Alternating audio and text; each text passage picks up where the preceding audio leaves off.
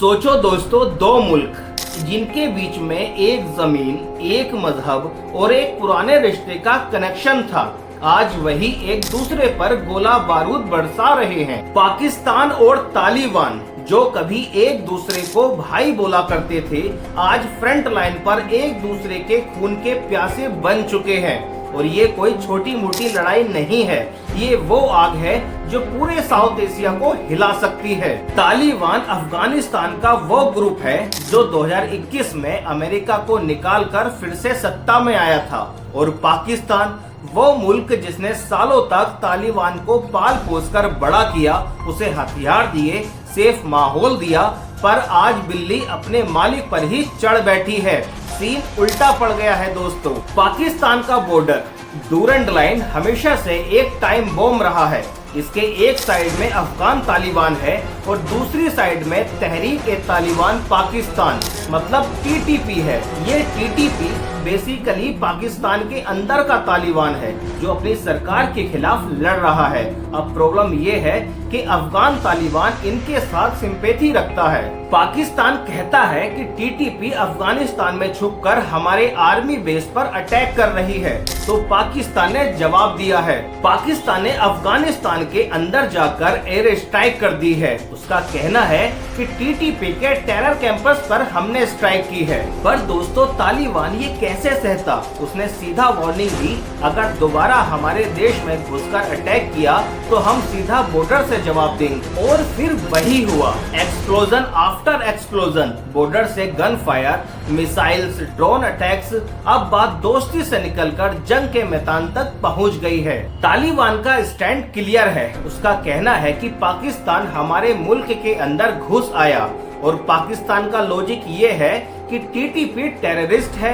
और अफगान तालिबान उनको बचा रहा है। तो दोनों साइड अपने आप को राइट समझ रहे हैं, पर सच ये है, ये गेम पाकिस्तान ने ही शुरू किया था जब उन्होंने तालिबान को बनाया था।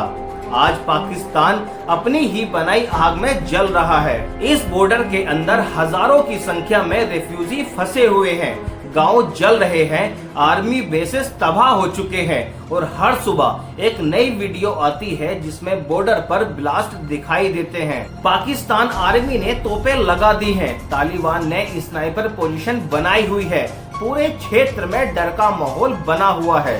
पाकिस्तान की प्रॉब्लम ये है कि वो हमेशा की तरह दोनों साइड से पिट रहा है।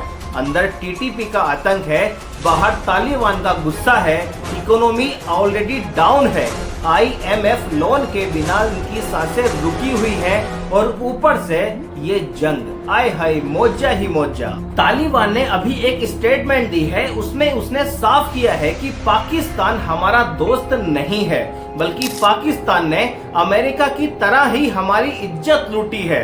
इंडिया, चाइना और अमेरिका सब ये सीन देख रहे हैं। इंडिया अभी साइलेंट है, पर अंदर अंदर देखा जाए तो पाकिस्तान का ये कोलैप्स हमारे लिए बेनिफिट्स हो सकता है। चाइना को डर है कि CPEC का प्रोजेक्ट बंद ना हो जाए, और अमेरिका हमेशा की तरह दूर बैठकर बस ट्वीट पर ट्वीट कर रहा है। अब बड़ी बात यह है कि क्या ये पूरे स्केल की वॉर बन सकती है?